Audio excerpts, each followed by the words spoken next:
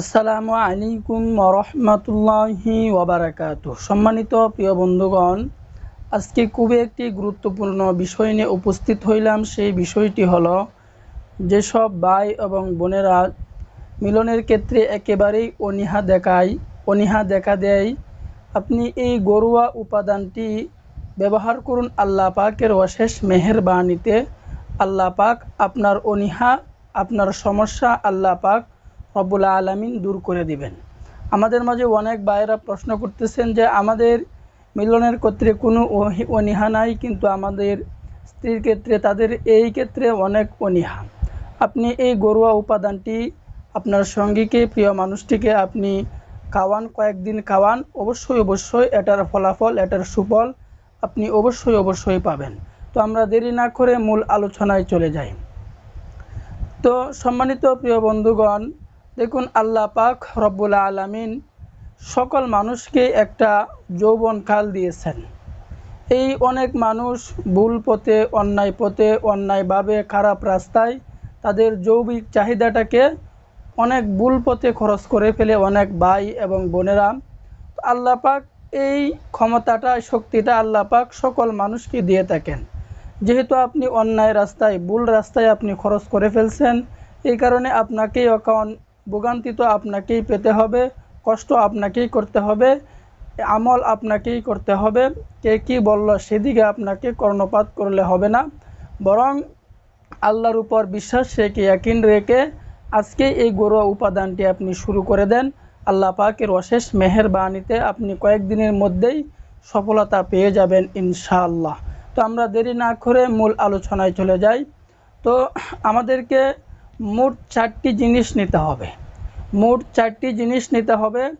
এক নাম্বার যে জিনিসটা আমাদেরকে নিতে হবে সেটা হলো গরুর একেবারে খাঁটি দুধ। 1 গ্লাস পরিমাণ গরুর খাঁটি দুধ নিতে হবে।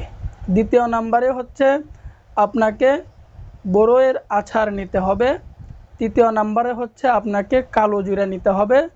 চতুর্থ নাম্বারে হচ্ছে আপনাকে লবঙ্গ, যেটাকে আমরা অনেকেই নাকফুল বলে থাকি। এই লবঙ্গ এবং কালো জিরা এবং বড়ই এবং দুধ, এই 4টি জিনিস দিয়ে আপনাকে এই রেসিপিটা তৈরি করতে হবে। তো কিভাবে তৈরি করব অবশ্যই বলে দিব ইনশাআল্লাহ। দেখুন, এই সমস্যা থাকার কারণে অনেক সংসারে, অনেক ফ্যামিলিতে অনেক সমস্যা হয়, অনেক ঝামেলা হয়, অনেক সংসার নষ্ট হয়ে যায়, মহব্বত কমে যায়, একজনের প্রতি আরেকজনের মহব্বত একেবারেই দূরে সরে যায়। তো আজকে আপনি এই ঘরোয়া উপাদানটি আপনি নিজেই ব্যবহার করুন, এর ফলাফল আপনি নিজেই দেখবেন। তো আমরা এই রেসিপিটি কেমনভাবে তৈরি করব, কিভাবে বানাবো, এর বিস্তারিত বলে দিচ্ছি ইনশাআল্লাহ। তো আমরা দেরি না করে আবার মূল আলোচনায় চলে যাই। যখন আমরা 1 গ্লাস পরিমাণ দুধ নিব, দুধ নেওয়ার পর এরপরে ওই দুধের মধ্যে আমরা যে বড়ইয়ের আচার নিয়েছিলাম, ওই বড়ইয়ের আচারটা ওই গ্লাসের ভিতরে আমরা দিয়ে দিব। দেওয়ার পর এরপরে আমরা কালো জিরা যদি আমরা বাজার থেকে পাউডার করে আনতে পারি, বা কালো জিরার দানা, আমরা অল্প পরিমাণ ওই কালো জিরা আমরা ওই গ্লাসের মধ্যে দিয়ে দিব, দুধের গ্লাসের মধ্যে দিয়ে দিব। দেওয়ার পর এরপরে আমরা কালো জিরার পর আমরা ওই লাবণ্যকে আমরা নাকফুলটাকে পিষে, কালো জিরা দেওয়ার পর আমরা লবঙ্গ এটাকে একেবারেই পিষে, যেহেতু ওটা বড় থাকে, ওটাকে পিষে ওই নাকফুলটাকে পিষে আমরা ওই দুধের গ্লাসে দিয়ে দিব। দেওয়ার পর আমরা পরিষ্কার পরিচ্ছন্ন একটা পাতিল নেব, একটা পাত্র নেব।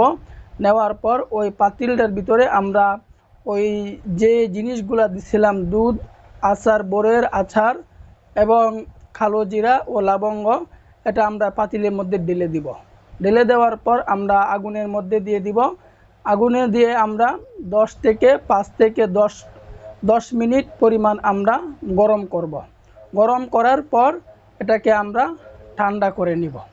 এরপরে আমরা কিভাবে খাবো এর বিস্তারিত বলে দিচ্ছি।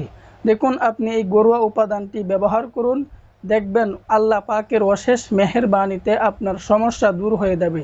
আল্লাহ পাক রব্বুল আলামিন যদি আপনার সমস্যা দূর না করেন, তাহলে পৃথিবীর মানুষ, সমস্ত মানুষ আপনার সমস্যা দূর করতে পারবে না। আল্লাহ পাক যদি আপনার রোগ দূর করে দেন, তাহলে পৃথিবীর সমস্ত মানুষ আপনার রোগকে ধরে রাখতে পারবে না। এই কারণে আল্লাহ পাকের উপর বিশ্বাস রেখে যে কোনো আমরা আমল করব, কাজ করব, সমস্ত কাজের ক্ষেত্রে আমরা আল্লাহ পাকের উপর ইয়াকিন রাখতে হবে, বিশ্বাস রাখতে হবে।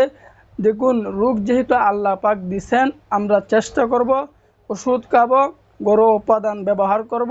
আল্লাহ পাক রব্বুল আলামিন অবশ্যই আমাদের রোগ আল্লাহ পাক দূর করে দিবেন।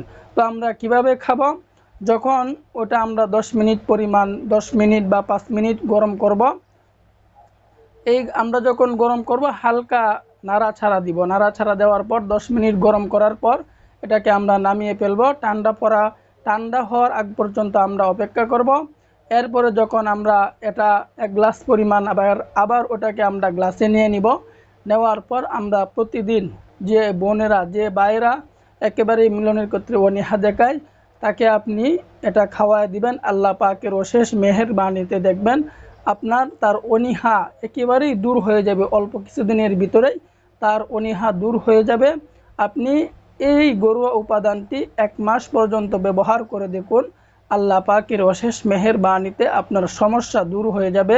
আল্লাহ পাক আপনার অসুস্থতা আল্লাহ পাক রব্বুল আলামিন দূর করে দিবেন।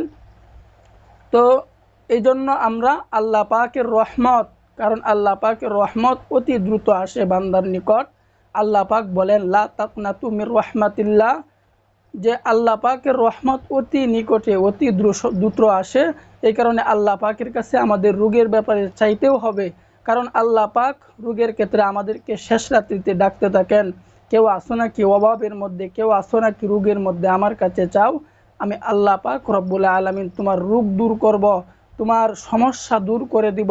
রাসূল সাল্লাল্লাহু আলাইহি ওয়াসাল্লাম বলছেন, যে বান্দা নামাজ পড়বে আল্লাহ পাক রব্বুল আলামিন তার দুনিয়ার সমস্ত হাজত আল্লাহ পাক পুরা করে দিবেন। এই কারণে সাথে আমাদের আমল করার সাথে ইসলামের যত বিধান আছে, সমস্ত বিধান মেনে কিন্তু আমাদেরকে চলতে হবে। তো আল্লাহ পাক রব্বুল আলামিন আমাদেরকে এই দুনিয়াতে থেকে ঈমান আমল কাটি করার তৌফিক দান করুন। আমিন।